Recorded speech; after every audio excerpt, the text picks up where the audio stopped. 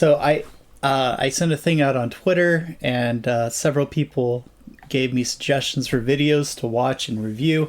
I already had this one in mind.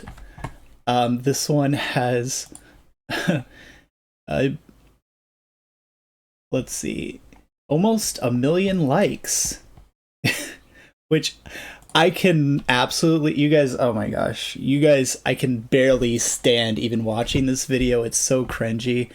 I can't believe 1 million people like this thing. But let's watch this, and we'll comment Only on it. two genders. It's just basic biology. Hi, how you doing? Welcome to Advanced Biology from a biologist. You see that thing? So we're gonna go over some facts. So real quick, let me note a couple things about this dude. I mean, maybe he is an actual biologist, but first of all, note where he's at. Okay, he's clearly in some kind of loft inside of a house. He's not in the lab, right? Okay, so here's the thing about lab coats, first of all. Lab coats stay in the lab. They don't go home with you in general, right? Because the whole point of lab coats is to keep the the chemicals and such from getting on your clothing, and, you know, from contaminating other things outside of the laboratory. So this dude, either he's not following proper safety protocol, or he bought a lab coat to, you know, make himself look more official on the internet. So, yeah, that's interesting. And I mean, it's also kind of interesting his clothing here. I mean, you might think he has a little bit of a bias. Also, let's take a look. Let's take a look here. So he has, I can't really make out what his degree is here, but yeah, so he has a degree, right? But let me point something out here. I have a master's, right? So I have a bachelor's degree and a master's. And if I had a PhD, I would either, you can go directly from a bachelor's to a PhD, or you can go to a master's first. But if I were to get a PhD, I would at least have 2 of these documents up here, right? So I don't know for sure, but most likely this dude just has just a bachelor's degree in biology. He's not a professor, most likely, and he probably doesn't even have a master's. So great, you have a bachelor's in biology. So I mean, that's all ad homs. But let's see. So let's see the substance of his argument. Let's see if he actually has anything worthwhile to say here. So we're gonna go over some facts together, but first off, happy Trans Day of Visibility, right? So sex and gender, not the same thing. You probably heard that before, right? I mean, it is. There is a distinction that is currently made. Originally, it just referred to the grammar, grammar with respect to sex. Today, there's a distinction that's made between people say things like social conditions. So like the idea that men are supposed to wear pants and women are supposed to wear dresses and such. And then they make that distinction between that and sex, which is supposed to be biology. I actually think that it's a little wrong to do that. And the reason why is because there's not really an actual 100% division between sex and gender. First of all, sex, gender, like if we're talking about like personality traits and stuff like that, that flows from sex, and people people kind of conflate that and just say, oh, well, you know, all personality traits are. So for example, a good example that people do is they say, all differences between men and women essentially are ultimately due to culture. And so, for example, they'll say that the fact that girls tend to play with dolls, and the fact that the girls play with dolls and boys tend to like play with trucks. They say that's just social conditioning, right? And so, and that specifically, we can prove that it is not. And actually, I'll show you. There's a video on this. Let's see.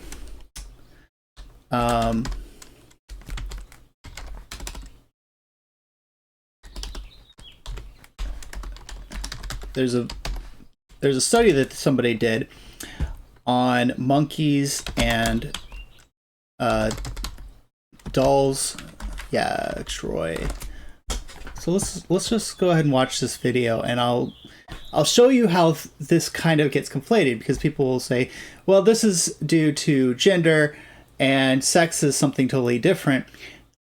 But a lot of these things people say are due to gender are actually due to biology. So let's video that they've done experiments showing that even in monkeys, this preference of girls for dolls and boys for trucks, this even exists in monkeys. And so this is evidence that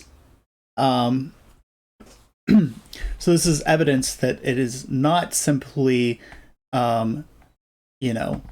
something that's socially conditioned. We're not just forcing boys and girls to have these preferences. It's something that's biological. So you have to be careful with stuff like that. When people say, oh, sex and gender. Well, what are you actually putting into the gender category, and what are you actually putting into the biological category? Now, the other issue is that, so like if we talk about dresses and pants, right? I mean, or obviously, we made dresses and they didn't exist before, so there is a sense in which it's made by humanity. However, something you have to consider is that the way that dresses are made are such that they fit the female body and accentuate certain features of the female body, which is in fact biological, right? So an easy example of this is the corset.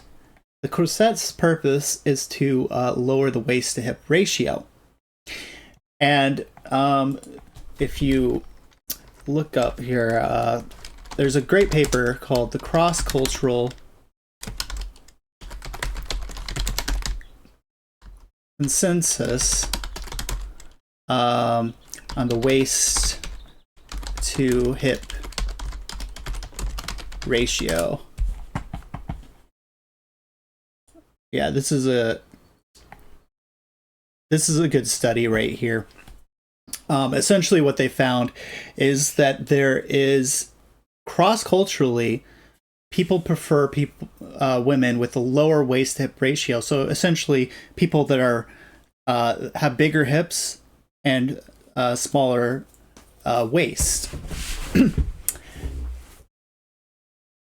And so corsets, although they're culturally created, they are not totally disconnected from biology.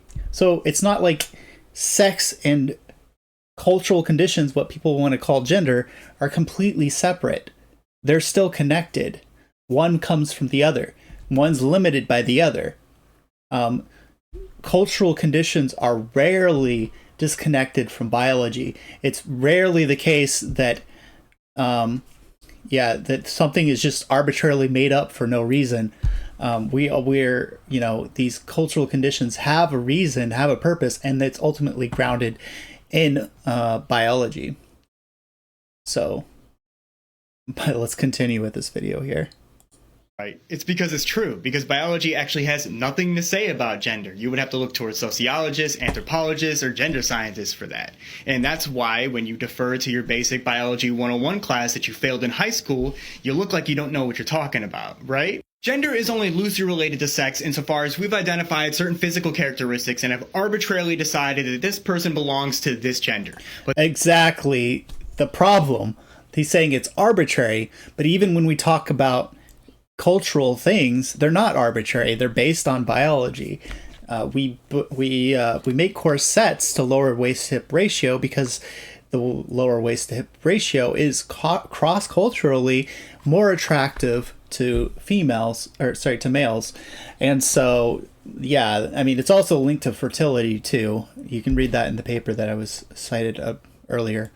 But there are a whole bunch of people from that gender that don't have those physical characteristics, right? It's almost like there's some variation to sex. And that's because it's not a binary, it's a bimodal distribution where you have Well, now he's jumping to sex being on a spectrum. Essentially, the issue that's going on here is he's confusing properties and essences, or natures. So if we talk about a dog, for example, right? A dog is by definition a four-legged animal, right? However, some dogs have 3 legs, right? Some dogs have 2 legs. Some dogs, I've never seen one, but I would assume some dogs have no legs at all. But that doesn't mean that dogs don't actually have 4 legs and that legs are on a spectrum. The problem here is that they're not thinking about natures and natural ends. The nature of a dog and the natural end of the dog is to have 4 legs. Now, the properties are what flow from the nature/essence of a dog, and it can be impeded in a similar way to how, basically you can stunt the growth of a leg or you can just cut it off, I suppose, but you can impede the ability of the dog, the natural ability the dog has to produce a leg via what we call defects. If you define dogs by their properties, then you're going to run into this issue. It also leads to other issues, such as with regards to morality. So, I would say that a dog that only has 3 legs is defective, right? It's not a perfect dog. It's lacking something that a perfect dog would have. But if you're just going to define dogs by their properties, well, since the dog has 3 legs, that it would follow that the dog is not a defective dog, but it's just a different type of dog. It's a 3-legged dog instead of just it's a 3-legged, it's a totally different kind of animal, I guess, because a dog's defined as a 4-legged animal, right? So it would have to be a totally different kind of animal once it lost a leg. And it wouldn't be an imperfect dog, it would just be a different kind of animal. And so you lose this ability to talk about the good. And that's really the motive behind all this. Because he's gonna point out there's all these different kinds of expressions or properties of sex. All these different kinds of properties of sex, right? And he's going to say, well, these are all different kinds of sexes. And sexes on a spectrum. There's not just one and the other. There's all these different kinds. And he's going to say, we can't say any of these are defective, which is what I would say. We can't say that there's a defect with any of these different sexes on the spectrum because they're all their own thing. And that's all based on this idea that we're defining things by their properties and not by their natural ends. So if you think about it, it really pointing out these different properties and such doesn't address the prior view, which is that things have natures and natural ends, and some things fail to achieve their natural ends and some things have defects.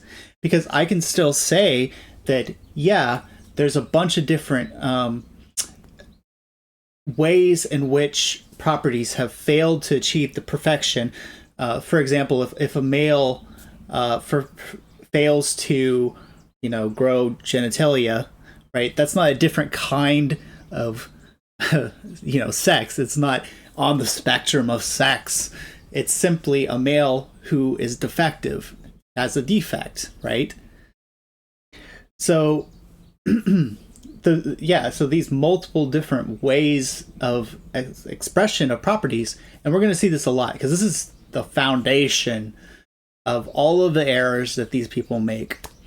The foundation is that they're confusing what things are with their properties, but what things are is grounded in their natures, and their natures have natural ends, which results in properties, and the properties may or may not fit what that nature is.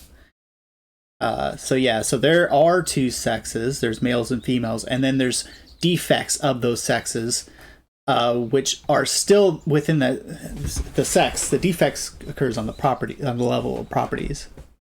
But let's see what else he says, I suppose. Two extreme ends, and most people falling somewhere in the middle. Now, this could be due to your genetic predisposition. It could be due to the fact that there are more than two combinations of sex chromosomes. It could be due to the intersex spectrum, but it's mostly due to hormone washes, and it's the reason. Yeah, again, then there's no such thing as intersex.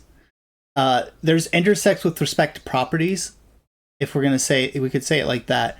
Like maybe there's somebody, like we could theoretically imagine somebody that has, both genitalia, but in the human species, we know that is not part of the nature of human beings. There is no hermaphrodite nature. That's going to be a defect of either the male or the female nature. It's a little more complicated than that, though, because technically human sex is due to matter, but it's all due to the overall plan of nature that human beings even have that ability to be differentiated by matter. So we don't need to get into that minutia of the issue. That the basic point is that simply because there are different properties that go on here, that the humans have different properties, doesn't mean that their nature is somehow of a different kind. Reason why every person assigned male at birth isn't 7 feet tall with a raging beard and a hairy ass.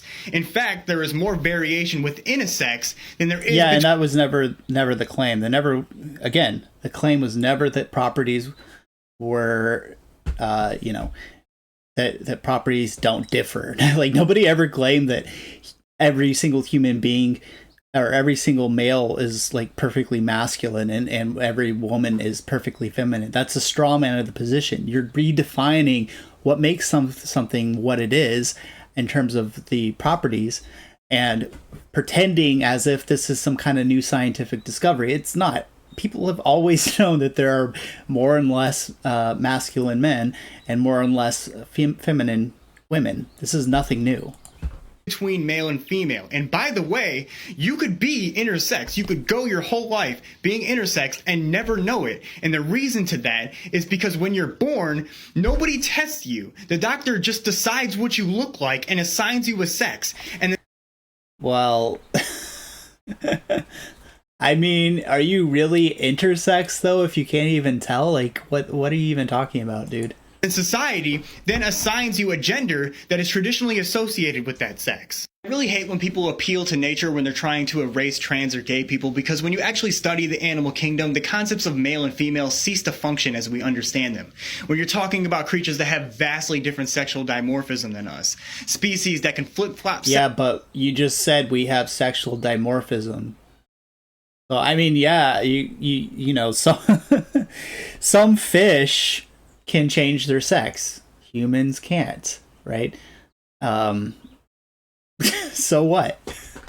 like this is a dumb argument. Like animals eat their poop. So should we eat our poop? No, I mean sexes or produce both gametes or reproduce asexually. Animals that have gay relationships. No, this isn't a rewrite of history or science. You just weren't paying. Scotty says, They only see your parts. You can be XXY or XX. Okay, but chromosomes aren't what make you male or female. I'm going to have to say that right now. That's genetic reductionism. And I mean, it's easy to tell the reason why chromosomes don't make you male and female. Because well, there's a bunch of different reasons why. The first reason why is that we were able to tell who was male and female, like the entire categories were known before we even knew about genetics. So that's the first reason why. The second reason we don't want to reduce what things are to the chromosomes is because there can be chromosomal defects. If what things are just reducible to their chromosomes, then that would mean that there's no such thing as genetic defects. Because again, defects are simply failing to live up to the natures of a thing, or to what a thing is. So for example, somebody with Down syndrome, right? I forget the exact genetic anomaly that involves. I believe it's an extra chromosome, but if that were the case, Down syndrome wouldn't be a genetic defect. It would just be a different kind of human. If we're just defining human beings by their genetics, so we have to define things by their natures. Otherwise, you're just saying that every single human being with a different genetic mutation is actually not a human being anymore. It's a different kind of animal, right? And like I said, you asked me to explain. I don't know how to explain it any better. Like we understood we don't look at people's chromosomes to determine what sex they are. We never have. We've known what, unless you want to say that we never actually knew what males and females were until we studied their chromosomes, then like, like, why would you, like, it seems like that's not actually what occurred. What occurred was we had these ideas of what males and females were, and we had knowledge of what they were, and then we found out that males tend to have these chromosomes, and women tend to have these chromosomes, and we say these are part of the nature of a man and a woman. Part of the nature of a woman to have an XX chromosomes is part of the nature of a man to have an XY chromosome, but it's all grounded in this idea of what males and females are. Because if we didn't even know what males and females were, we wouldn't be able to be like, let's see what chromosomes males have, what chromosomes females have. So, okay, he says, I don't want to go back and forth too much, but he says, I'm defining what defining by what reproductive organs they're born with. I still think that that's not correct, because, again, it's possible for a male or a female to not be born with their sex organs. It's not any kind of properties that they have that make them what they are. It's their nature. Their nature is something that's their nature is what causes their matter to be of a certain kind. But it's not the matter itself. It's not the properties itself. You're going to run into the same problem that, some males do not have genitalia, some females do not have genitalia. The same problem that you have with the dog. It's not the properties that they have that make them what they are. It's their essences, their natures, which is something that we can know with our intellect, but it's not something that we see with our eyes. The natures of things are universals, They are also, when we're talking about the form in itself, it's going to be something immaterial, which is why the intellect also has to be immaterial, right?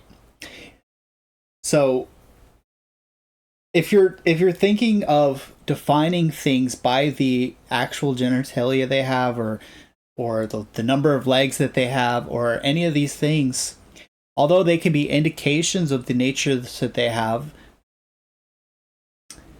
you're making the same mistake of saying it's the properties that make things what they are.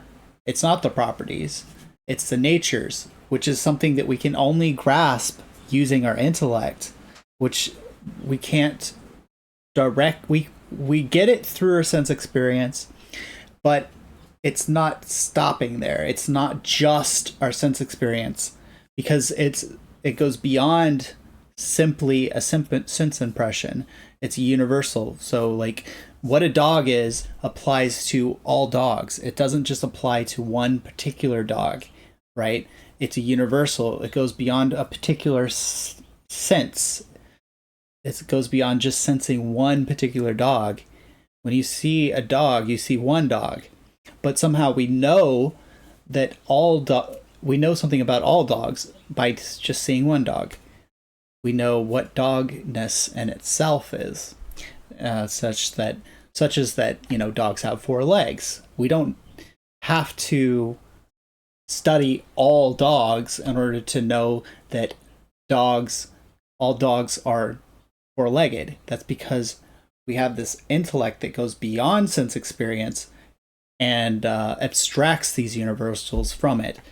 Kind of going more into epistemology, which I do have some videos on, and wasn't really prepared to talk so much about epistemology, but yeah, essentially though, we have to stop thinking about what things are in terms of properties and start thinking about what they are in terms of natures and essences.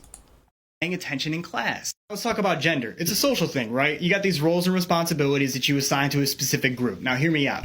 Not only has the concept of a man and a woman changed within our culture over the course of hundreds of years, not only are these characteristics and the amount of genders different between cultures. I mean, in a sense, it has changed, but in another sense, it really hasn't changed. I mean, for the most part, people have had a very similar idea of what male and female is. And plus, it's not even the idea itself that makes something what it is, right? So if people can have false ideas about what men and women are. So maybe today, if we change, maybe we have a false idea now. But the point is that, but the view that we have is not that our ideas always match reality, but it's rather that reality itself has is either male or female. So the fact that we change our ideas about men and women doesn't actually prove anything. But again, it really hasn't changed that much. Most people, whenever they understand male and female, they understand it in terms of the species, which is ordered to they understand sex in terms of male is the species, or the member of the species that produces the gametes that fertilize the egg, and females are understood as the member of the species that has eggs, right?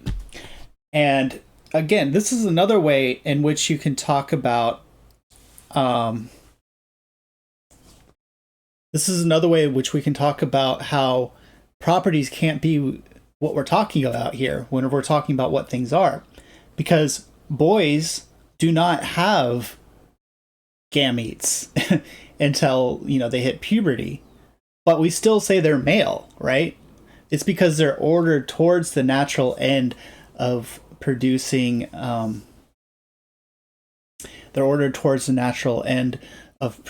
gametes.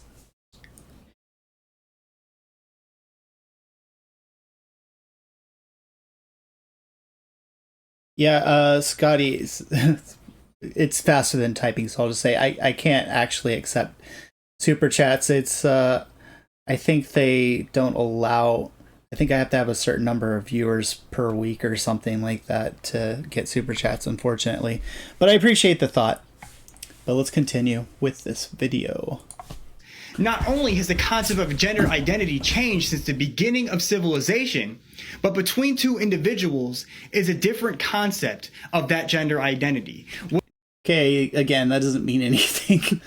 I mean, if we're talking about let's talk about evolution, for example, like a biological fact, I'm sure you would agree. Between two individuals, they might have completely different ideas about what evolution is. You know, some people think that evolution is false. So, like, the fact that people have different ideas about what things are doesn't mean that they don't have an objective fact of the matter of what they are in themselves. So this doesn't make any sense. What it means to be a man for me is likely vast. Yeah, hopefully I'll be able to get super chats eventually. I don't know.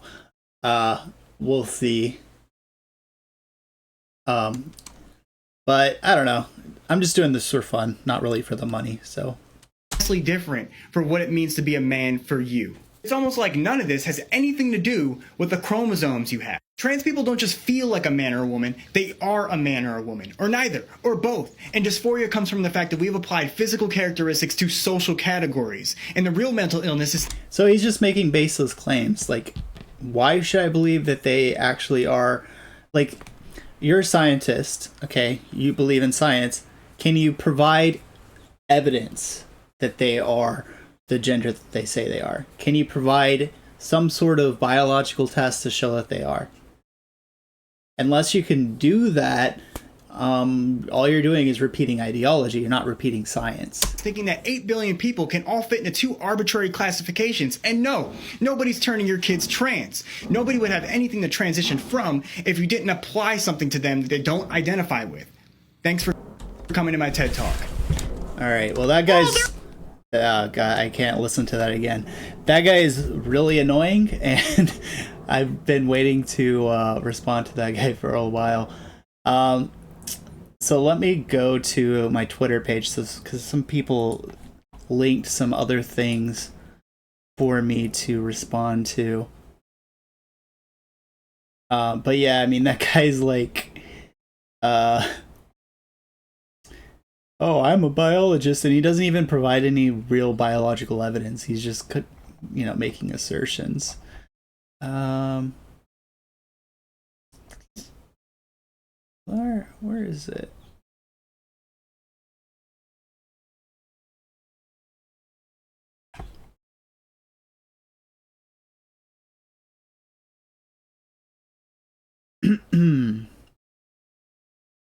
I don't know why I'm not seeing it here.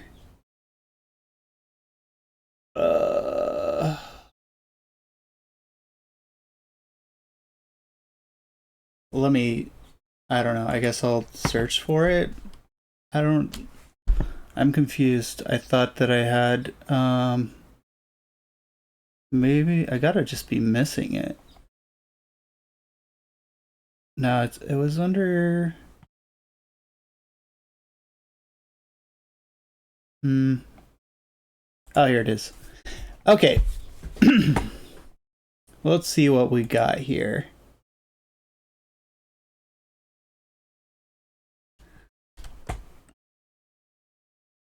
Yeah, I mean, sorry, and I'll try to respond to this later, but sorry, I haven't been uploading as much on YouTube, but, you know, it'd be a lot easier if I, like, made money off of this or something, but, like, you know, it's, this is just a hobby of mine, and so it gets set aside for other things that are more important in my life, unfortunately. So let's see. I think this is the first one that was sent to me, so let's take a look at this. Hey everyone, so a lot of people watched the video I put out on Monday on trans people, a bit of a departure from my typical content, but I thought it would be a fun experiment to critique both extremes of a touchy topic. I was a little worried about getting attacked by the woke mob based on what I said about comedians and sports, and I did get a bit of that with varying degrees of legitimacy. But it was nothing compared to the avalanche of whiny incels sent over by Matt Walsh himself. They all had lots to say about how I'm a groomer and how Matt totally destroyed me. Of course, this is because Matt couldn't help but attempt to respond to my video, and what's this? He canceled me? Oh no, don't I think I've seen this guy before. cancel me, Matt. What'll I do? Wait, what? I think I'll increase nobody the speed cares. on this. So what was this slow. masterful analysis that so totally destroyed me, bro? Let's go through it top to bottom.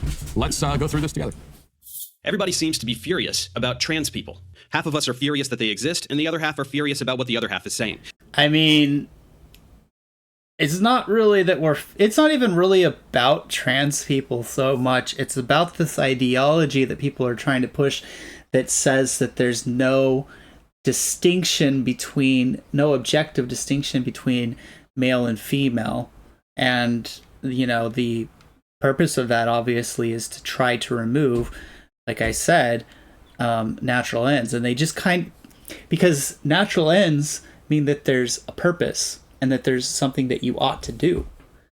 And so, but they don't even prove that natural ends don't exist. They don't prove that there's no natures to things. They just assume it by just saying that, well, things are just their properties, and they never prove it.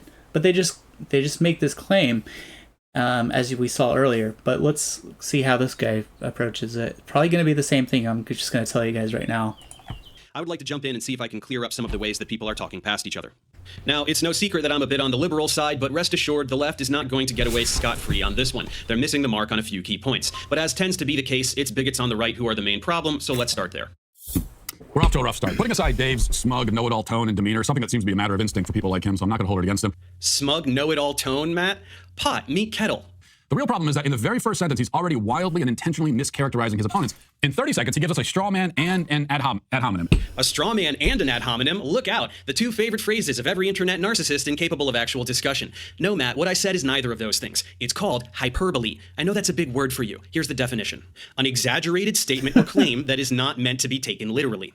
You're acting like I literally meant that 4 billion people are mad that trans people exist, and the other 4 billion people are mad at the first 4 billion people. Really? Not much of a scholar of language, I take it. It's just a fun way of saying a bunch of people and a bunch of people. Which signals that he doesn't have much to offer beyond this point, because if he actually planned on making a compelling argument, he wouldn't come out of the gate breezily dismissing millions of people as bigots. Sorry, not millions, billions. I mean, that's actually a good point, though. Like,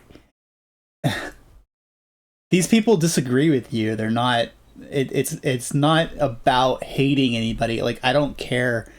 I mean, on a personal level, I don't care about like what trans people at all. Like, I care about them in the terms of I love them and I want them to, I want what's good for them. But I'm not like hating on them. Like, it's not even about that. It's about the ideology. It's not about the people themselves that identify as trans.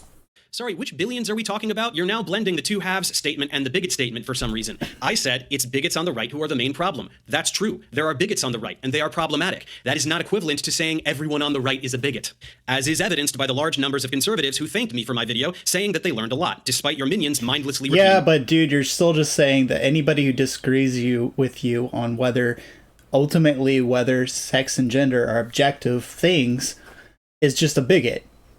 Which is simply, it's lazy. It's lazy. It's dumb. It's just a strategy that people on the left have to, rather than for seeking the truth, they're treating the language as a tool to achieve their purposes. Because, like, that's the only purpose of labeling everybody who disagrees with you as a bigot, is so you can dismiss them rather than actually addressing their arguments. You're straw man. We're off to a really bad start here, Matt. You've demonstrated immediately that you can't understand simple sentences. Or maybe this is your tactic, misrepresent me to stir up hatred and release the mob? Yeah, that's it. I mean, he didn't really misrepresent you. You called everybody who disagrees with you a bigot. So you didn't deny that. You just said, oh, well, conservatives that are okay with transgender, that agree with transgenderism, are not bigots. Okay, so what? That the people on the other side are furious that trans people exist. Yeah, you are. That's why you're denying their identity and have devoted your life to spreading bigotry. All No, we just disagree with you on a philosophical level. of your content is like this. You make videos hating on feminist comedians, which really just means women. I mean, I gotta be honest, I kind of do hate feminist comedians. But I mean, that's not really the same thing as trans people, so I'm not really sure what the point is. But I mean, feminist comedians are like the worst. Because you hate that women can be funny. You can't help but hate. Just saying you're not a bigot doesn't change that.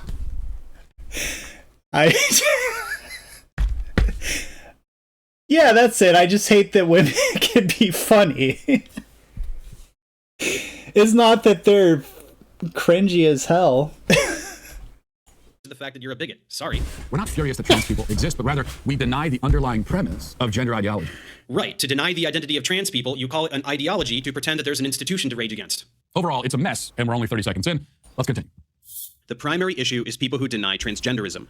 These are the people who spew the tired Fox News talking points. Liberals say there are 89 genders and anyone can identify as a hamster, that sort of thing. It's a deliberate caricature of reality peddled by all the angry conservative dudes popping up in my feed lately who claim that nobody can define a woman. Let's all take a moment to acknowledge the problems that go along with the ambiguity of language. Sex and gender are different words that refer to different things.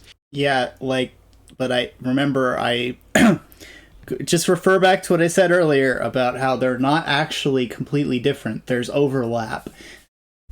Even if we, use the term in the way that they want to use the terms, there's overlap between sex and gender. If you did not know that, now you do. So we have another common rhetorical tactic from the left, and honestly, I'm quite disappointed to hear common rhetorical tactics when I was promised an utter destruction of my worldview, and I was looking forward to it. Professor Dave says it's a tired Fox News talking point that there are a lot of genders. But that's not Fox's talking point, that's his talking point. This is indeed the official position of the gender ideologue. Nope. Nowhere in my video did I say anything about more than two genders. Sorry, Matt. For someone who whines about straw men, that's already two thus far on your end.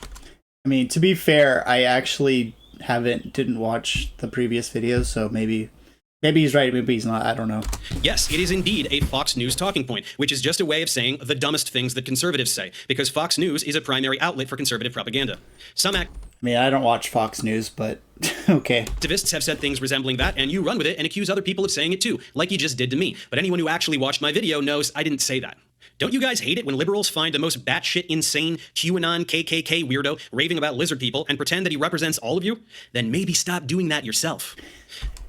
I mean, that's somewhat of a fair point. I do think that both sides do take like the most insane, crazy people on both sides, but also I kind of think that anybody on the left is kind of insane and crazy.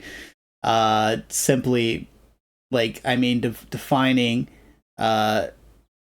pretending like, men and women are not like objective categories is kind of crazy. Also, like I was talking about earlier on my Twitter feed, the idea that morality is subjective, that's kind of crazy too. So, Hitler didn't, the idea that Hitler didn't do anything wrong, yeah, that's kind of crazy. But yeah. The issue isn't number of genders. You are denying that someone can have a gender that is different from their sex. That's all my video was about. Sex refers to biology, while gender is a linguistic term that refers to words, but was co-opted by a pedophile sexologist named John Money and applied to people in a vague and ambiguous way. I do want to say, I don't really like when conservatives point back to like the origins of, this thing, because it may or may not be related. The question is going to be whether or not the ideology itself is intrinsically related to like the pedophilia, right? If it's not intrinsically related, then this is ultimately verging on a genetic fallacy. That said, as I see more and more people try to push transgenderism on children, the link is seeming a little bit more, a little bit more credible. Let's just say that. but still, I'm not all the way there yet. I don't know if we need to be talking about the pedophilic origins of transgenderism necessarily. As I'd rather just address the ideology itself. Dave never mentions that point. He doesn't seem to know where his own ideas came from, or else he doesn't want you to know. No, I'd never heard of this person prior to what you just said, because I'm not peddling ideology, I'm just acknowledging that trans people exist and using biology to explain it. From here, Professor Dave provides a basically correct definition of sex with a long digression into intersexuality. A long digression. It was 8 seconds. And then gets around to talking about gender. Let's listen to that. Gender is a different phenomenon. It is still biological, but it is a neurochemical construct. Well, that's interesting. So some people say that gender is not biological at all, and it's just a social construct. And now this guy says it's neurochemical. That's very interesting. A totally different idea of what gender is.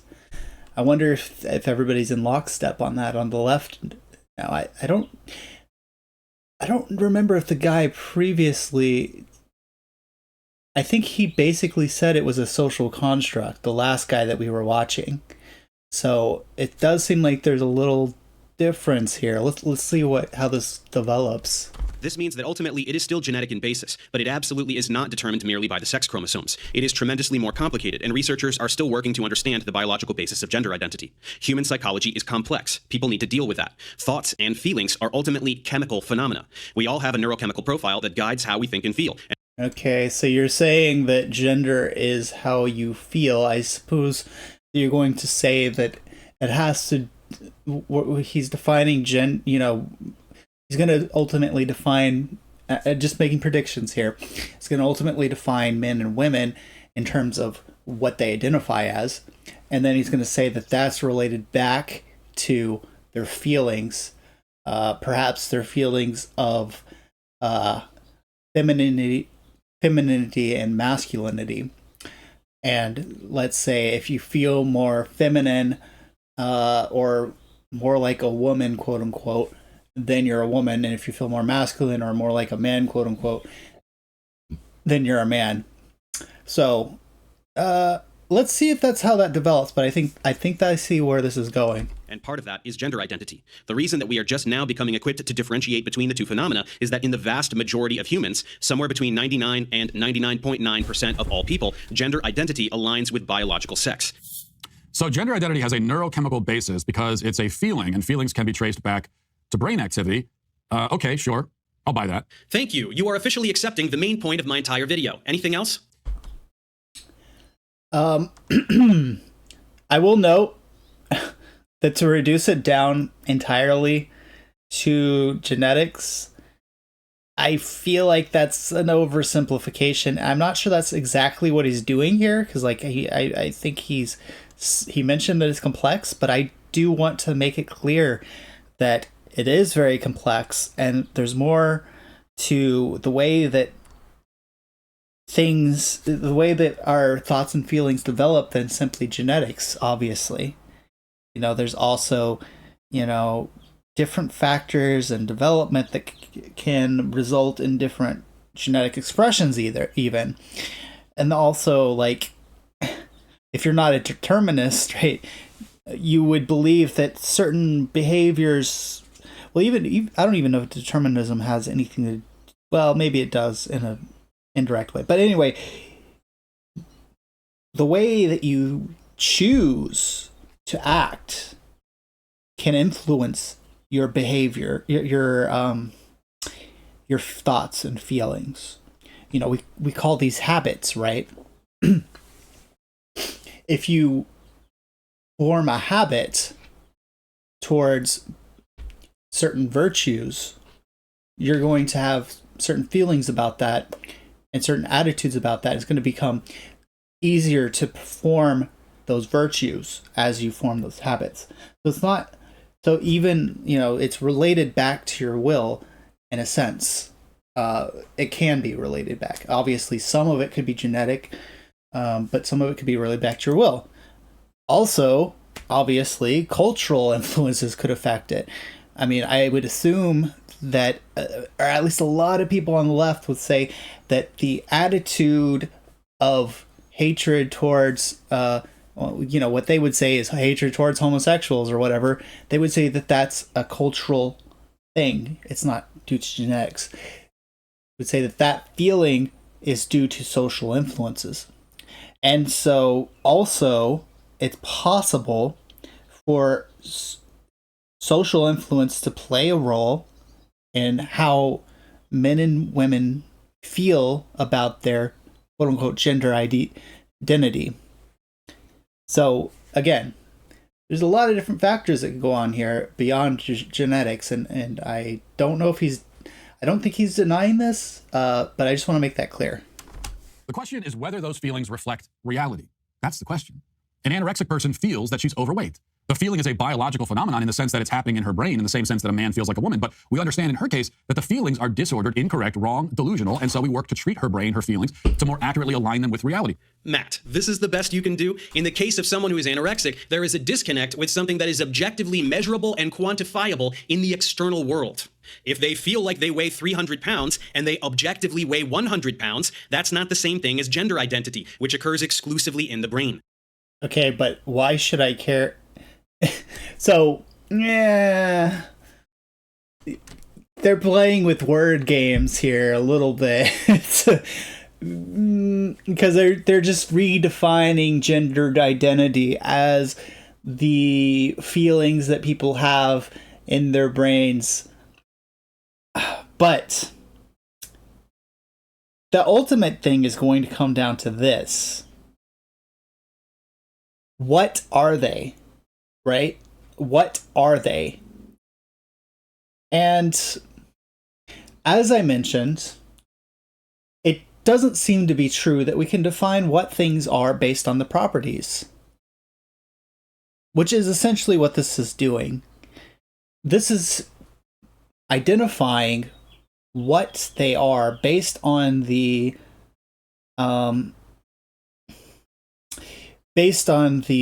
properties of feelings that they happen to have. And, there's a sense in which we can talk about that. I mean, we can talk about adults versus children. Adults have, an adult is just a more fully actualized human being, right? And so that has to do with properties. You're still the same person as an adult as you are as a child, right? You just grew up. The same subject is there. And so we can talk about people, we can talk about, well, this is an adult and this is a child. In the same sense, we could talk about a person, quote unquote, being a woman, if all that you mean by being a woman is having these particular, mental states. However, we have to clearly distinguish that from the more fundamental substance of a person, right? It isn't, and part of the issue is that they're going to deny that substances exist, right? And they're going to say that the only thing that exists are properties that we arbitrarily choose to define as a human being, right? And so these arbitrary properties of the mind are also equally valid as definitions as the arbitrary properties of other parts of them. I don't know exactly how he's going to work all that out, but I kind of have a general idea of how these people think. And there's variations in which you can generally say the same thing, which is basically nominalism. But whenever it comes to Thomists and Aristotelians, we're going to say that no, you can't really equate these accidents with the substance, right? The substance being what things are, and the accidents just being kind of like an addition to what things are. And so, although we can talk about somebody having these feelings, it's not truly what they are. And that's where the real debate's at. The real debate isn't over whether they have these feelings or not, and whether we can say, label these feelings. The real debate is, what are they really? And how should they behave, right? Because if what they are really, and what their natural ends are really is for a particular kind of behavior, say masculine for a man and feminine for a female, then although they happen to have these feelings, they still ought to act in a way consistent with masculinity or femininity, depending upon which sex they are, right? And that's where the real debate comes down to, because the real debate is, again, it's not over what mental states they have. I mean, everybody agrees that, transgender people have a feeling that they're a woman or the opposite sex, right? The real debate is over how should they behave, how, what is their nature, this again, because these people don't understand the underlying philosophy they're arguing against, they just completely miss the point. Oh, what other brilliant analogies have your followers thrown at me? Can I identify as rich if I'm poor? No, your bank account is based in external reality. Can I identify as president if I'm not? No, people voting is based in external reality. Can I identify as Chinese if I'm white? No, your genome and birthplace exist in external reality. Getting the pattern? So I'm sorry, this whole bit is an enormous miss. But let's keep listening in. The unfortunate linguistic coincidence is that we use terms like man and woman, or male and female, in describing both of these phenomena. That is where the confusion arises, when people insist that one term must encapsulate both phenomena at once. So when someone asks, what is a woman, expecting to get a very simple answer that children can understand, they are sorely mistaken. The answer requires a discussion of genetics and neurochemistry. Well, I'm sorry you find it offensive, Dave, but yes, I do deny the concept of gender as it was conceived by John Money. You accept that concept as gospel. You're offended that anybody disagrees with it. Again with this guy. I don't know him or care. The concept of gender does not depend on what one guy said. You're like creationists who try to debunk evolution by defaming Darwin, as though modern evolutionary biology is just people reciting Origin of Species from memory. I mean, I kind of agree with that point. It's his kind of a genetic fallacy to talk about that. But at the same time, he is kind of arbitrary. He's treating language like it's arbitrary, like I said before, because ultimately this is coming from nominalism. We're just arbitrarily kind of putting a label on these feelings and saying that that's woman.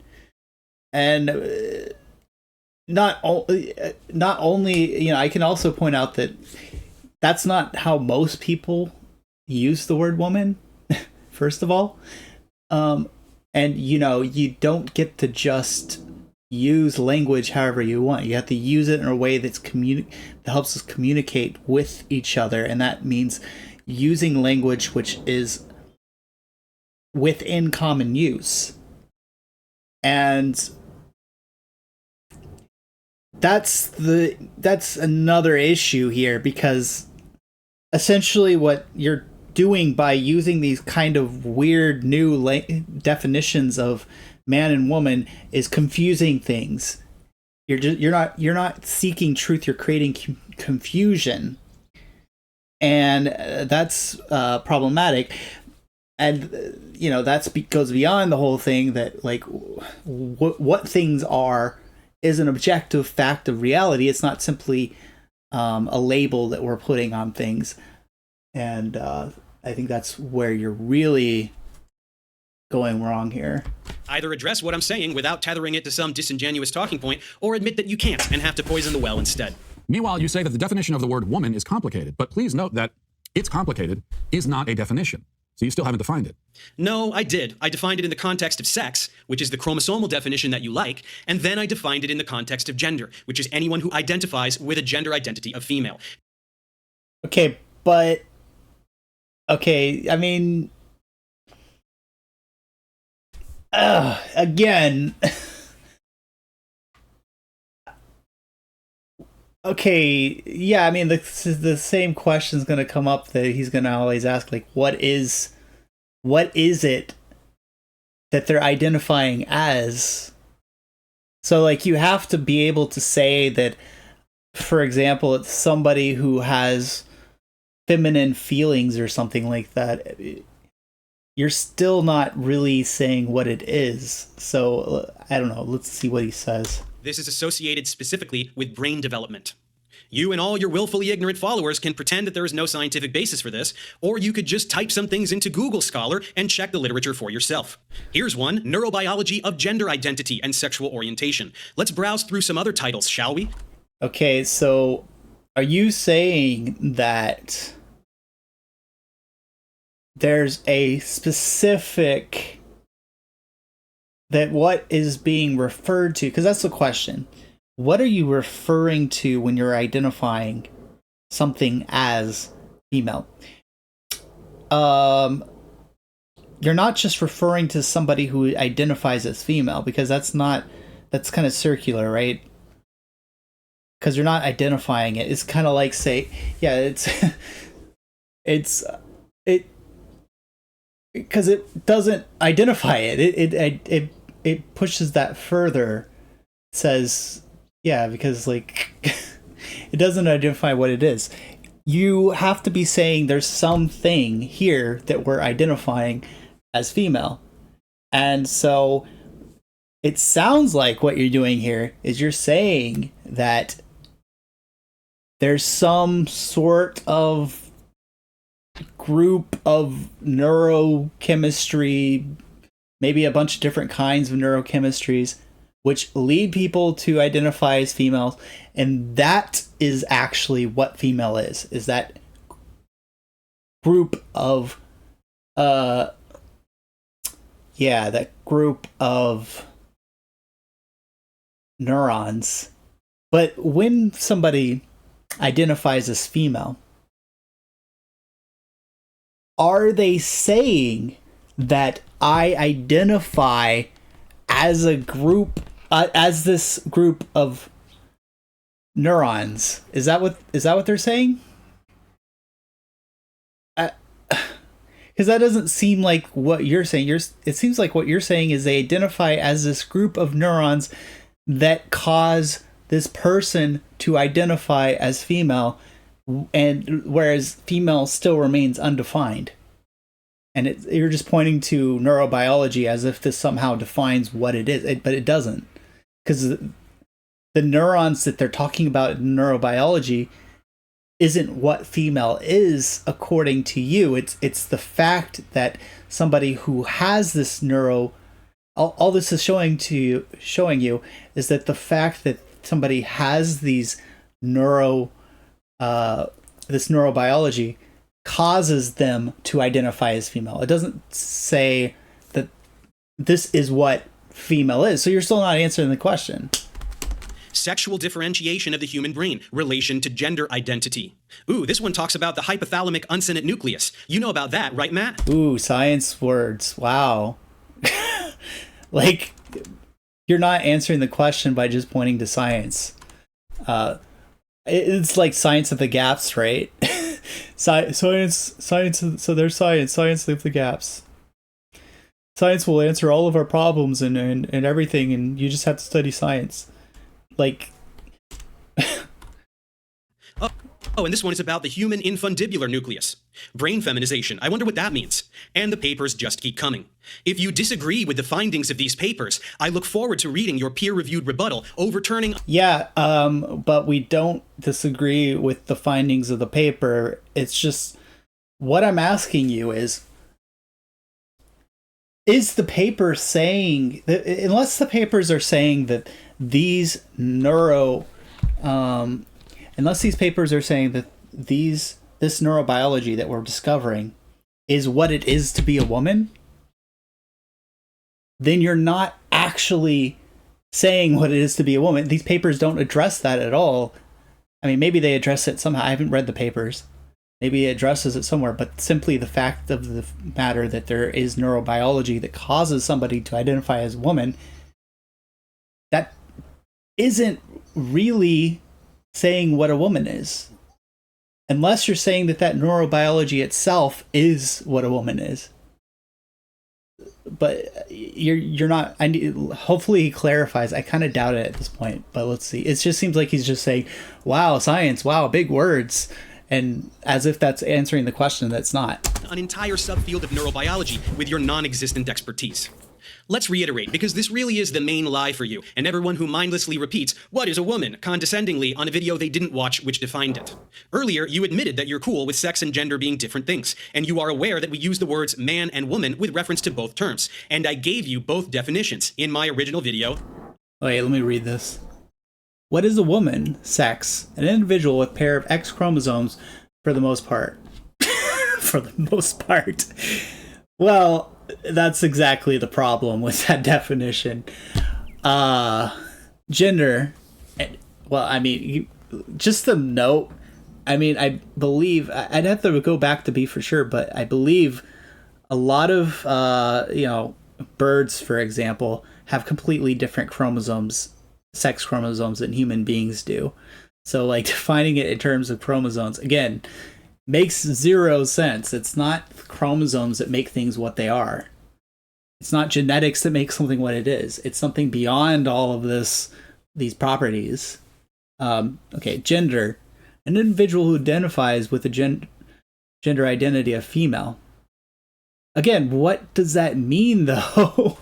It's like saying, let's see.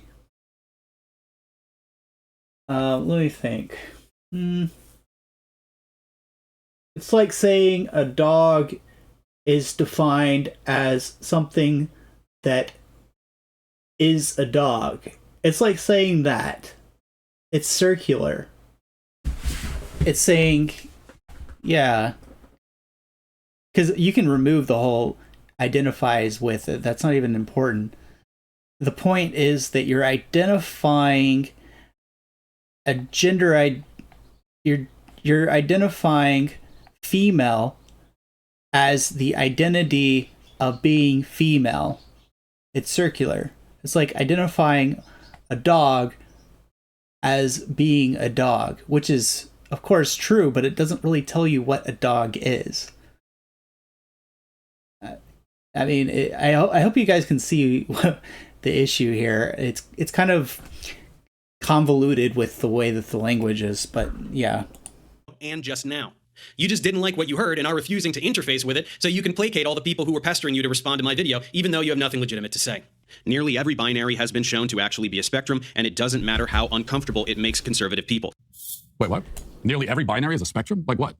Sexuality, undeniably so. And sorry, also gender. Do your dance of denial. Nobody cares. This again, dude, you're wrong. Like, again, you're defining things by their properties instead of by their nature. Let me emphasize this. No science experiment has ever proven that there's no such thing as natures. People just assume that they don't exist and, assume that nominalism is true. And because they're, only educated inside of biology and don't study philosophy, they don't understand that, that nominalism is a thing that they're assuming. They're just assuming nominalism is true. Or something similar, at least. I mean, it's kind of difficult because they don't actually understand their philosophical basis, and so they don't express it in a formalized way. But you can kind of see where they're going with this whenever they're denying natures exist, essentially. The claim that 10% of people are gay, where did you come or from? Or at least ignoring the natures. Where'd you get that from? Well, I'll tell you where you got it from. You got that from Alfred Kinsey, who made that claim in his book, Sexual Behavior in the Human Male, which is the same book that contains a chart documenting the orgasms of infants. He arrives at his arguments and his figures about human sexuality by interviewing sex offenders and prison inmates and lying and pretending that he surveyed a cross-section. Again, dude, this is... I wish I could just be on the conservative side on this, but he's kind of going for a genetic fallacy here. The population, but he didn't. So that's where you're getting your information, Professor. No, but sure, whine about Kinsey, lie about where statistics come from, pretend that only one person has ever decided to ask this question or gather data about it. Anyone who says things that you don't like got their information from a pedophile, right? No, it is not. It is a biological construct. Society can't turn you trans any more than it can turn you gay. Gender is determined... Wait a minute. Wait. Let me read this again. Anyone who says things that you don't like got their information from a pedophile, right? No, it is not. It is a biological construct. Society can't turn you trans any more than it can turn you gay.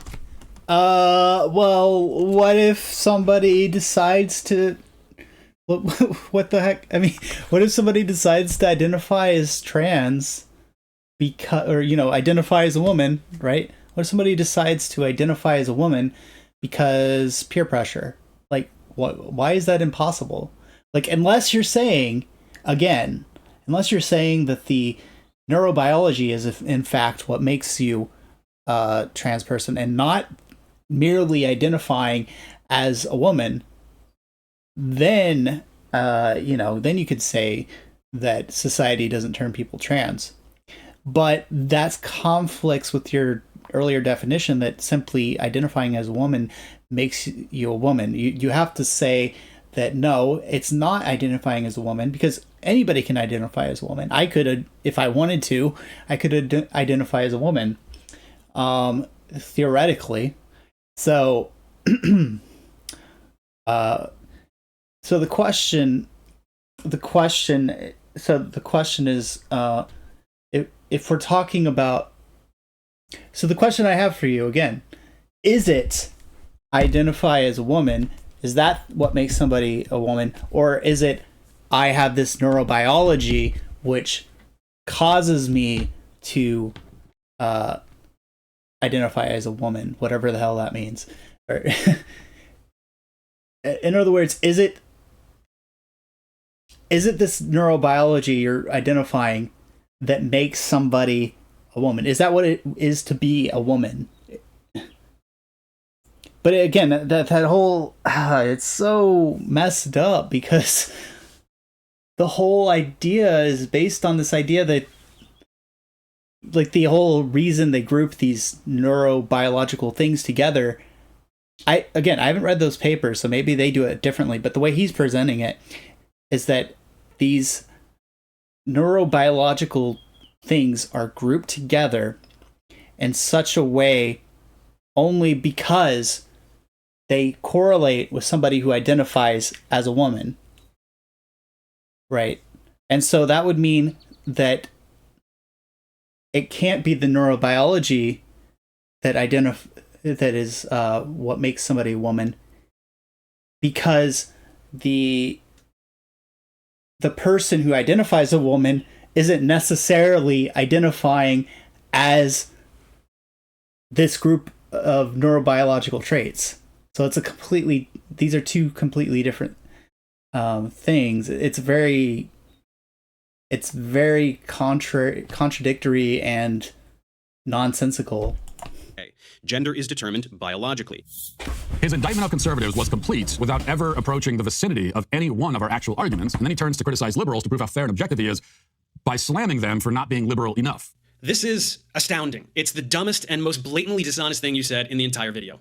When you want to make fun of liberals, you would gladly agree that gender is not a social construct because you want to claim that trans people are just mentally ill and transness is made up by society. But then when I say it because I want to pick on them, all of a sudden you have to disagree and pull something out of your ass, like not liberal enough, because you don't want to address the biological basis of transness because you can't.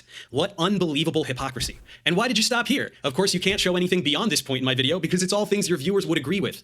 I specifically talk about how trans people can't change their sex. Can't show that, can you? You want your followers to continue to spew ignorant straw men about how liberals think men can have babies and other such tripe. If only you had shown them this bit of my video that none of them watched. Well, I'm glad you accept some of biology.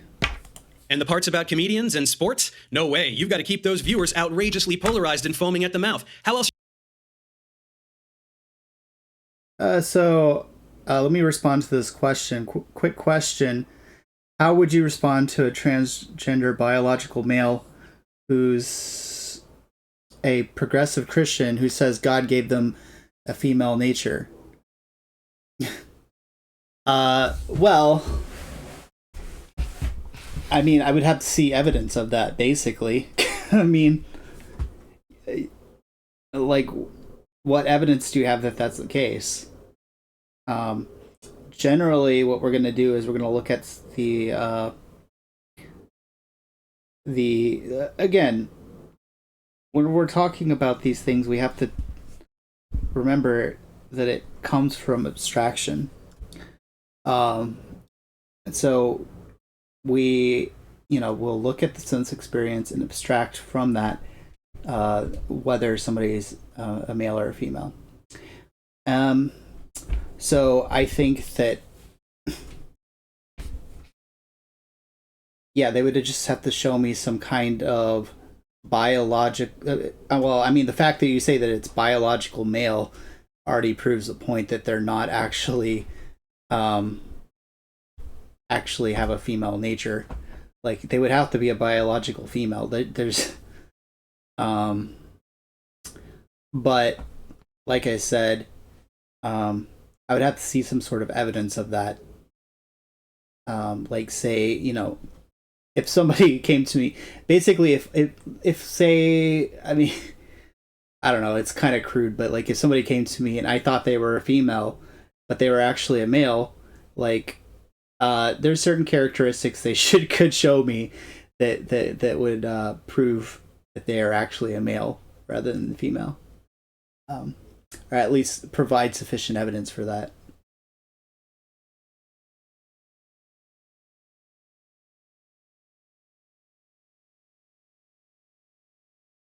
So, clarifying nature.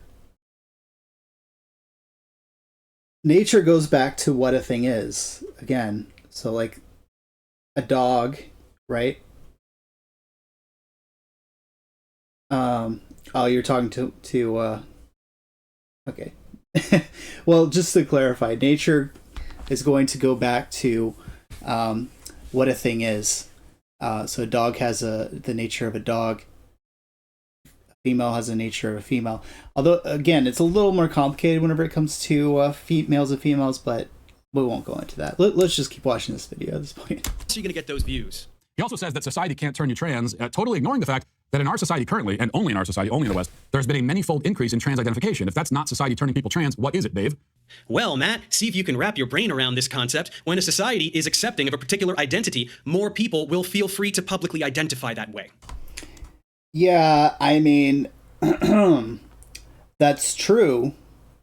However, if you're going to be extreme on either of these points, I mean, you're just following ideology at this point. I mean, if it's obviously, if you're defining a male and a female as somebody who identifies as a male and female, which is, has problems, it's obviously possible that anybody can do that. Like, you don't have to have the neurobiology of a person, who identifies as a male or a female to actually do that. All you have to do is say, I identify as a male or a female. That's all you have to do. So I don't really buy this idea. I mean, maybe if you do the studies, people tend to have a different neurobiology, but that doesn't mean that necessarily every single person who identifies as trans has to actually have this different neurobiology that they tend to have. That simply doesn't follow from the science that you're doing there. Like how gay people just suddenly started popping up everywhere in the 70s and 80s and having their own places to gather out Well, I mean, it's also been increasing recently, so in public. Was society turning people gay, Matt? Yes. No, people just felt like there was finally a lower risk of getting lynched or even murdered just because of who they like to have sex with. I get the feeling you would have been the type to lynch some gay people back in the 50s, am I right? With trans people, it's no different. They have only become marginally accepted in the past decade or so that's the increase. And hey, here's a little good faith morsel I'll throw your way. I'm willing to acknowledge that some young people are probably trying on transness like a hat and proclaiming identification as trans when they really aren't. Who knows? Yeah, but what does it mean for them to not really be trans? Like, what does that actually mean? Like, yeah, I don't know. You have to say somehow that the fact that they claim to identify as trans, but they don't actually identify trans. What does even identify as trans mean at that point? What does it mean? Like, all you have to do to identify as something is simply look at yourself and say, I am that. And then you're identifying yourself as that thing. And I don't see any reason to believe that you actually, even if there's a correlation, I don't see any reason to, like, a correlation between neurobiology and people that tend to identify as trans. I don't see any reason to believe that you necessarily have to have this neurochemistry in order to identify as trans. I don't see any reason to believe that. About children undergoing surgery, and quite honestly, don't really support it, at least not unless and until developmental psychologists can come up with... Also, even if you did need that neurobiology to identify as trans, how would we ever know it? We would never know. So it's like ultimate... We're not, checking people's neurochemistry. So it's ultimately a moot point. Like, you can never know who's actually trans and who is actually not trans if we're just basing it on neurochemistry. So it's kind of like a useless definition. It also means since they believe that people who are trans are actually men and women, it means that we don't know who is actually a man and a woman. So which makes the entire term pointless. There's ultimately no point in even having the terms in the first place, because we can't actually identify anything with that. I can't look at a person and say that's a male or that's a female. Even if they tell me that they identify as a male or a female, I can't know that that's true, because it could be that they're just, making that claim and their neurobiology is totally different. So it leads to agnosticism regarding who's male and female. It's completely useless and pointless. With a set of criteria to confidently diagnose transness based on a suite of neurological and behavioral markers. If you say that there have always been this many trans people, but they were all in the closet, you'll then have to explain why there was never, ever, at any point, ever, a mass epidemic of people committing suicide because they were not affirmed in their gender identity. There wasn't? How do you know that? People have always committed suicide all through history. How do you know which of them were trans? Only the ones who left notes that said, "I'm killing myself because society won't accept trans people until the 21st century"? Trans people do have a higher rate of suicide, though. Who are you to determine what percentage of people who have committed suicide over the past several thousand years were trans? Think before you speak. Indeed. Why is the suicide epidemic happening now when trans people are so affirmed? I think it might be people like you, Matt. Gender ideology. I mean, people have always been against, cross-dressing and such, so I'm not sure about that. Ideology is a modern Western social construct that didn't exist until it was invented by psychoanalytical quacks and then parroted mindlessly by people like you. No, gender ideology is a dog whistle that people like you use to propagandize others against human rights. The evidence is entirely on my side, in fact, and not at all. What are human rights, huh? You don't believe in natures, you don't believe in essences, you don't believe in natural ends. Why do humans have rights? Simply because you say so? Because society said so? This always devolves into, baseless claims, assertions of the will that have no, there's no basis to it. All on your side, because on this topic you are wrong about nearly everything, and your underlying claims are so nonsensical and incoherent you can't begin to explain them or defend them, and that's why you don't even try. Well, I just did. Anyway, that's all you had to say, and all of it was stupid. Alright, well, I don't want to watch any more of this. Let's see. I'm gonna do one from Woodsox, and then I'll go back to this. That way I at least get one from each. We'll see what I have time for after that. Logan here says that there's a 99% chance of trans regret.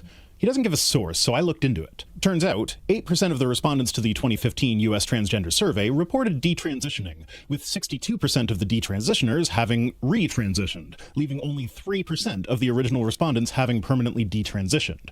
Reasons given for detransition were not that they stopped being trans, it was social pressure. In addition to that, a random sampling of patients from the Nottingham Centre for Transgender Health found a grand total... Okay, I don't know anything about these statistics, nor do I actually care, because it's ultimately based on this idea that what people want is going to be, what people want in this sort of material world is determinant of what is good. So, even if a trans person or a person who is trans was perfectly happy, right, after transitioning for the rest of their life, not perfectly happy, because you can't have perfect happiness in life.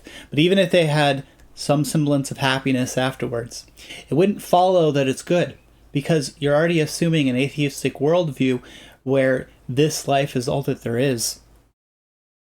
You're also assuming that truth has no ultimate value, and that there's something more valuable than truth, such as, say, mental stability or something like that. I don't know. Whatever people are, not truth, because if truth were the highest value, then the fact that people, by acting contrary to their nature, acting contrary to truth, feel more stable, or however you're going to define happiness,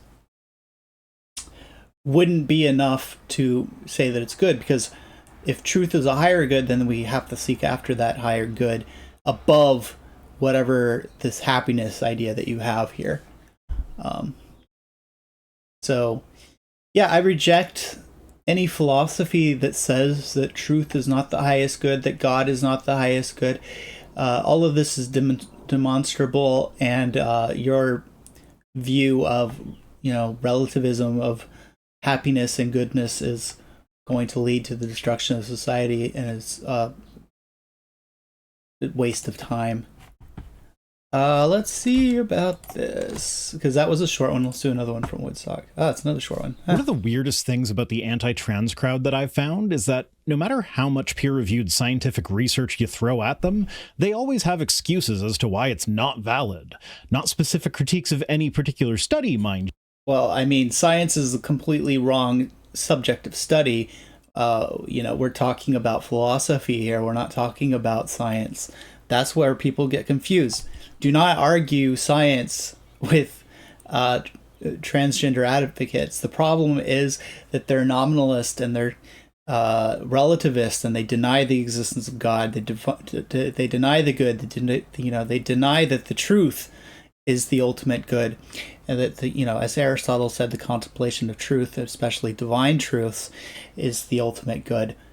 They're atheists and they're nominalists, and don't argue with them on science, argue with them on philosophy. Which could be entirely legitimate, as the peer review process is imperfect, so sometimes bad studies do get published. But it's always generic stuff, equivalent to creationist complaints against evolution research. The researchers are probably either pro-trans or transgender themselves. Again, I don't know anything about... I don't argue science with these people, so this is wrong. Let's see about this one. It is the latest. I mean, that previous video was irrelevant to my positions. Latest fight over transgender rights. Arkansas passing a bill blocking gender-affirming care for trans youth. Transgender kids in Texas are facing new barriers to accessing health care. Right now, you're probably seeing the fight for gender-affirming care for trans kids play out across the country in your news feeds and all over the internet. In 2022, the power of science and literature crumble in the face of the trans lobby. We're seeing just sustained kind of moral panic and attack on the very idea of trans people. And so obviously science is being weaponized. I mean, we're kind of seeing the attack of traditional ideas of sex and gender is what we're seeing, because people have always had these ideas about sex and gender, and this idea that you're bringing up, which comes from older ideas such as, the idea that man is the measure of all things, coming from Pythagoras, but which is kind of a new idea in the history of Western civilization. I would say that you're the one who's weaponizing and attacking Western civilization here. At one point, biologists were allowed to determine what biology was, and there were two, male and female. But there's one thing that keeps popping up over and over and over again in an attempt to discredit the rights of trans people: junk science. But first, what makes junk science, well, junk? First, you have to understand the role that science has historically played in understanding sex and gender. Again, science. So, well, I guess I'll watch this one, but it's like you're missing the point. And how that's being weaponized today. You can't respond, oh, so men can become women just by wishing it so? Tell us how that works. I talked to Jules Jill Peterson, a science historian and professor at Johns Hopkins, who studied the history of trans children, about the actual... Look at this bitch. I'm sorry about the language, but like, this is like, there used to be this meme of like the gender studies, extremists. Same glasses, same face, same body type, same hair type. Actual history of research that's attempted to define sex and gender. For a long time, the kind of research on gender, sex, and trans people was incredibly poorly executed. It was often done with outright prejudice. It was often done with very poor methodology. And it was often done in order to kind of increase social control of people. Yeah, big red. To force them to conform to a gender binary. Let's rewind back to the 1940s and 1950s, and specifically to the history of the word gender. The crisis for I could not watch this at normal speed. Psychologists in the 1950s was that they had no idea what made people male or female. It wasn't chromosomes, it wasn't gonads, right? It wasn't hormonal composition. Right, it's their natures. I mean, it is their matter, but their natures have a role to play. I think St. Thomas talks about it as in terms of nature and common nature and specific nature. But matter does make somebody a male versus a female because we are all of the same nature. However, within the nature in common, it's part of the plan of that nature that there be male and female.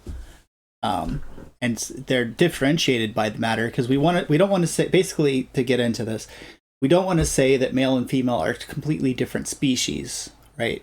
They're of the same human nature. But we do want to say that they're different. And so we say that they're differentiated by matter, but that doesn't mean that we define things by their properties. The male and femaleness itself is included in human in nature in common, and it's just sort of expressed in that way, in a male or female way, depending on the matter they have. It's not. It goes back because you still need the universal there, because there are universals regards to male and females. Like, there's more than one.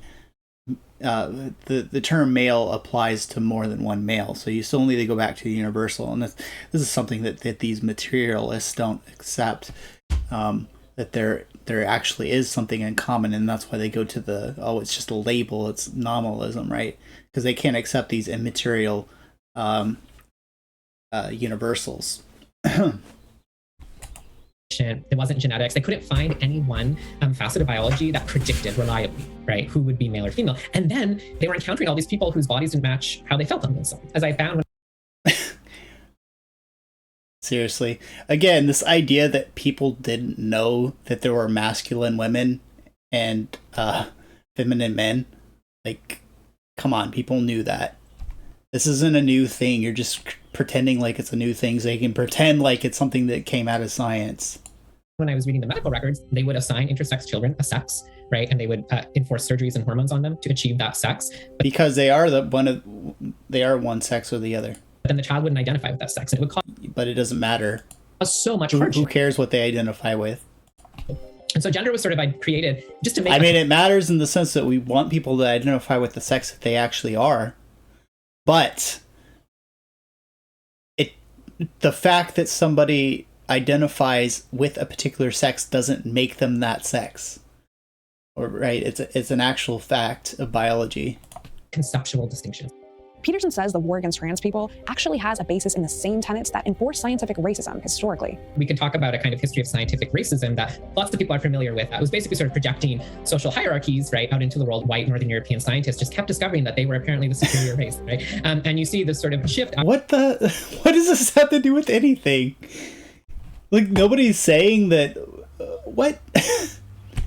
I'm confused. Like, what does that have to do with like differences between sexes? After World War II, away from kinds of biological explanations around race towards sort of cultural explanations that still come to the. I mean, if you were to apply this logic consistently, and we're just defining things by their properties, right? Then you would have to say that different races are actually different kinds of humans. But that's not what we say. We say they share a common human nature, but they can't say that because they define things by their properties. So actually, your view is the one that leads to racial essentialism, where there's these different kinds of human beings. Your view is the racist view, not my view. The same conclusions. Interestingly enough, the history of gender in medicine and psychology is actually a really key part of that. And the thing is, a lot of outdated misinformation about sex, gender, and trans people is still cited today. But I think sometimes that the line between junk science and legitimate science changes over time. So it's really easy for people to kind of cherry pick ideas that they might want to use sort of out of context. And that's a lot of pressure to put on. Again, conflating science with philosophy. Someone reading a newspaper article or scrolling Twitter. And if you want to talk about cherry-picking data, the very same psychologists who tried to enforce biological definitions of sex on kids were same psychologists who accidentally discovered something else. Just that the idea that gender is separate from sex, as in separate from the body, that they don't always go together, that's a concept that we often take for granted as being either associated with or invented by trans people somehow. It was an invention of behavioral psychologists who were working very closely with researchers in endocrinology in the 1940s and 1950s. But they couldn't force children to then identify as boys or girls. That was their big problem. So what?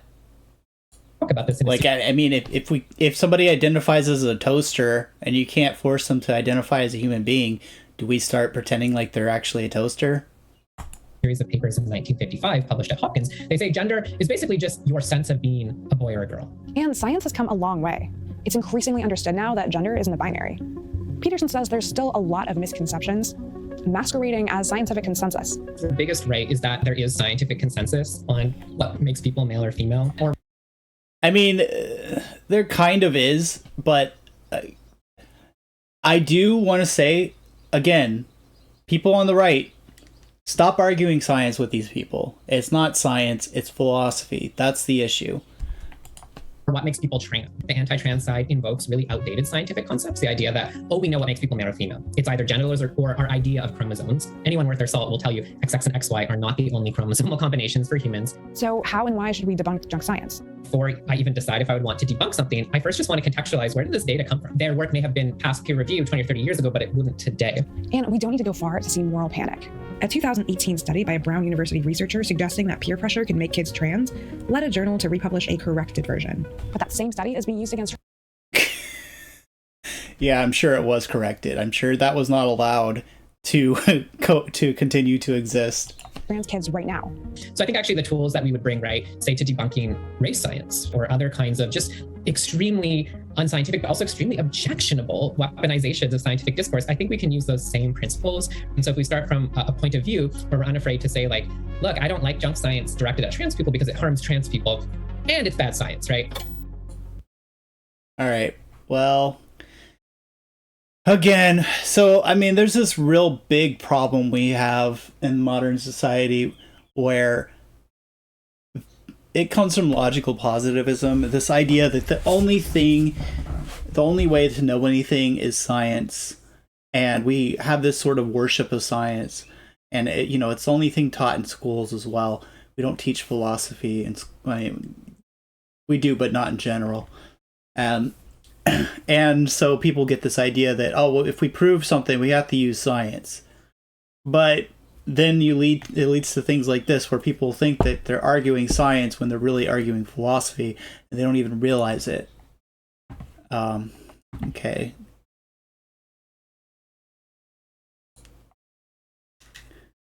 Let's see this video. What is a woman? Why do you ask the question? I'm asking. That's why I came to a college professor. For some reason, this video came up on my For You page, and while I really don't like giving people like this attention, there is one thing about all videos like this that I think is kind of funny. You see, these videos are all exactly the same. It's a super awkward interview where somebody asks what a woman is, and then records the discomfort or hesitation that somebody shows in providing a simple, clear-cut answer to that question. Well, it's not even about a simple, clear-cut answer. It's about a definition at all. Because that's the issue. They can't provide a consistent answer because they, for some reason, I know why that is. They want to say that it's anybody who identifies as a woman, so that you can't say that any person isn't actually a woman. That's essentially why they don't want to say, well, this person's a woman and this one's not. They don't want to be able to say that because they think that it ultimately boils down to this idea that it's somehow going to be mean. Like it's somehow mean to say that you're not objectively something that you claim to be, or that it's going to cause them to commit suicide or something like that.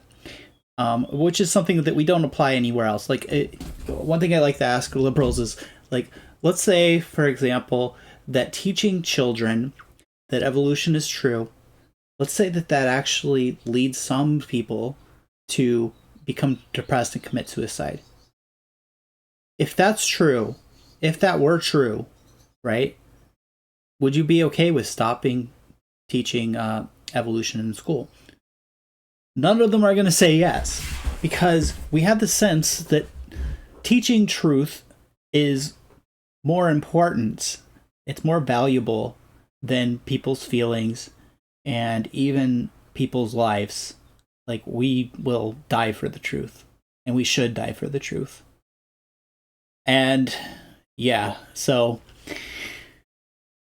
the entire incoherency of this comes from a false idea about like what we should value and what is the good.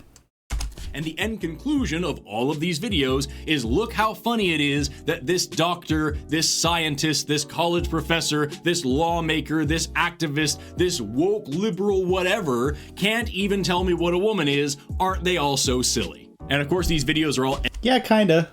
They are kinda silly. Edited in that super dishonest Ray Comfort style where it makes it look like the interviewer is the only sane person in the room. In fact, these videos are so much like Ray Comfort's videos that Ray Comfort and his team made one of them for themselves. But as odious and malignant as these videos are, what I find funny about them is the genuine and palpable disconnect between the person doing the interview and the person being interviewed. Because the person doing the interview thinks that they're asking some hard-hitting gotcha question that's going to expose the hypocrisy of the liberal left. But the person being interviewed, more often than not, is somebody who knows what they're talking about. They're an anthropologist or a gender studies. All right, then why can't they answer the question? Researcher or a doctor. And their bemusement with this question is not because they don't know what to say, it's because they're just stunned that somebody would be this disingenuous and hung up on such a silly question. Why is it a silly question? Like, what is a woman? How is that even that's not a silly question. That's a perfectly legitimate question. And if it wasn't for the sad fact that way too many people take these videos seriously, they would be the most perfect cringe comedy videos on the entire internet. Because what you inevitably end up with is a situation where one person is sitting there super smug because they just vehemently denied that nuance exists, and the other person just not knowing where to go from here. But in the intro, okay, just like answer the question. Like, it's not that hard. Just answer the question. If you ask me like what a woman is, I can just say right away it's the member of the female species of a human. Of the human. It's the member of the human species that produces the egg, essentially, like the female gametes. That's what a woman is. Easy. It doesn't take any effort. You're not gonna catch me in some kind of awkward situation. So if their answers are coherent and reasonable and easy, or it doesn't even have to be simple. Talking about gametes and eggs isn't necessarily simple. So what's the issue here? Interest of education, let's dive down the rabbit hole and answer this question together, shall we? We'll start with the dictionary definition of what a woman is. I've got Merriam-Webster pulled up here, and it says that a woman is an adult female person. Yeah, that's right. And a female is somebody who has, is ordered towards producing eggs, essentially. And while that may sound like the super clean-cut answer that these interviews are looking for, it's kind of problematic, isn't it? Because woman and female are often used synonymously. No, not really, because female applies to more than just human beings. You know, my dog isn't a woman. You know, I actually don't have a dog, but if I had a female dog, it wouldn't be a woman, right? So it's not the same thing. A woman is the female of a human species, so they're not the same thing In our culture, so maybe we should look up the definition of female just to be safe. Sure. Of, relating to, or being the sex that typically has the capacity to bear young or produce eggs. Exactly. Like, very simple, very easy. I mean, it's not simple, but it's not that complicated, actually. Of, relating to, or being typically. It's almost like there's nuance here. Well,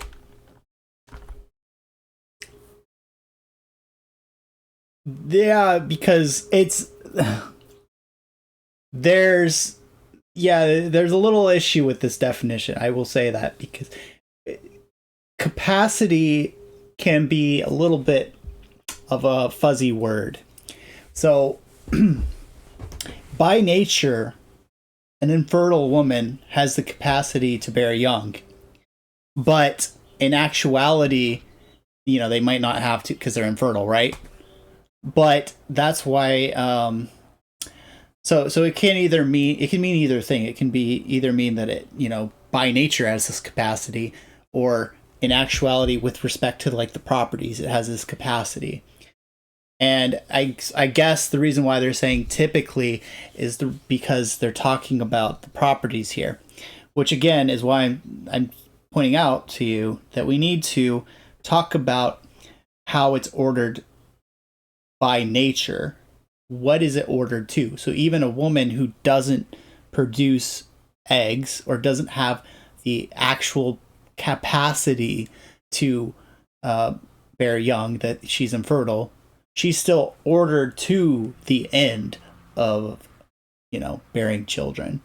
So that solves all the problems right there. Being is that's only definition 1A. Let's take a look at definition 1B and see what that says. Having a gender identity that is the opposite of male. Well,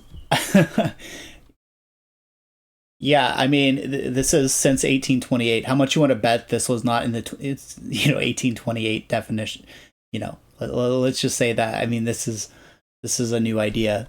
Uh-oh, there's that word identity. I know that these interviewers really don't like that word, but just for funsies, let's look up the definition of gender identity and see what that says. A person's internal sense of being male, female, some combination of male and female, or neither male. So it's circular. You're defining. You're just if your definition of the word female includes the word female, then it's a circular definition. So you're saying the gender, to be a female is to have the gender identity of being female. The word female is included in the definition of female, and so it's a circular definition.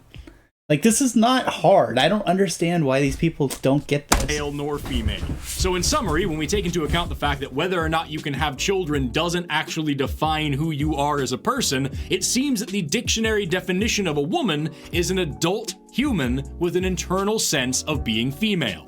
A person who identifies as a woman is a woman. And I would agree with that definition, because remember, scientifically... Yeah, but that's circular, so let's see if he addresses that. Speaking, sex and gender are completely different things. Neither one is binary, and gender specifically is a social construct. But unfortunately, the people who make these videos like to pretend that that's a controversial statement as well, so let's fact check that definition too. This is a college-level anthropology textbook printed by Oxford University Press in 2021. Well, I mean, 2021, like I said, you're probably going to want to go back to like 2013, something like that. And that's going to be a little bit more reliable, I would say, because not the science hasn't advanced on this. Let's be honest. What's happened is there's been an ideology that's pervaded certain, that's kind of pervaded the universities, especially since basically 2015 is about whenever it started. But let's see what this says. And if we flip to the glossary and look up gender, we find the following definition: the cultural construction of beliefs and behaviors considered appropriate for each sex. Yeah, well, I mean, that's a completely different definition from, well,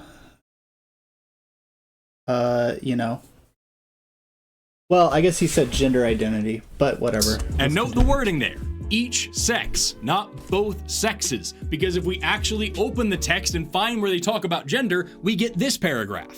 And also, I talked about the issue with this before, in that gender is, has an intrinsic connection to sex, so just pointing that out again. Many anthropologists did significant research throughout the 20th century that demonstrated why human cultural practices could not be reduced to racial differences. This is, of course, talking about the fact that race is also a social construct, but that's not the point of this video. They also argued that culturally shaped gender roles considered appropriate for males or females in a given society could not be reduced to or predicted by the biological sex of an individual. Well, well, first of all, remember what I said at the beginning about how people conflate things, okay? Again, people often say that it's just a social construct that female monkeys, right, or females like dolls, and males like trucks. But as I showed you earlier, they actually did show that there's, even monkeys have this preference, which suggests that it's not cultural, unless you think that somehow monkey culture is enforcing patriarchy or something like that, right? There are some things that are culturally constructed, though, but people conflate those things, but also not being completely reduced to culture, biology doesn't mean that there's no link at all between biology and and gender, right? These cultural traits. So we need to be careful not to agree that gender and sex are completely separate. They're not. At least not usually. Usually there's a connection. And this is important because they'll all often say, oh, well, it's just cultural, therefore it's arbitrary. That doesn't follow. It could be for a good reason. For example, as I mentioned earlier, we had corsets because it increases the attractiveness of women by lowering their waist to hip ratio, which has been shown cross-culturally not to be linked, cross-culturally to be attractive to men, and also to have a to have a link to fertility. So we got to be careful, because another thing they'll say is, oh, well, it's just a social construction that men like skinny women. No, not really.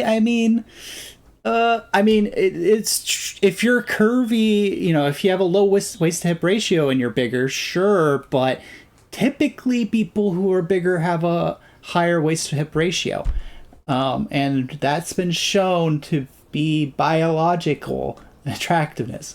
So you got to be careful with this whole argument here. Whether determined by anatomy, physiology, or chromosomes. Today, anthropologists, along with others, call into question the assumption that human beings come in two and only two biological sexes, and that gender roles are built on those two sexes. As anthropologist Caradwin Lewis puts it, we cannot understand our bodies except through culture. Therefore, there is no pre-gendered body, and there is no raw pre-cultural body or body experience. While biological bodies undoubtedly exist, we are not brains in jars. How we interpret, understand, and experience those bodies is culturally shaped. So yes, Humans are sexually dimorphic, and there are biological differences between the sexes. Nobody's saying that isn't true. All we're saying is that those differences don't always fall into two mutually exclusive categories, and they are not necessarily determinate of gender. But let's go. Well, they kind of do, but because there's two different because of the nature. Yeah, I already talked about. Sorry, I'm getting kind of tired at this point. I'll finish this video and I'll probably be done with this at this point. Go one level deeper, because while bioanthropology is the scientific study of the biology of humans, very often when we talk about this stuff, the conversation turns towards medicine. So let's look at the medical perspective of gender. And if you want to know what modern medicine has to say about gender, I encourage you to look no further than the World Health Organization's website. FYI, I actually have some credentials inside of the medical, the medical field. And sex is actually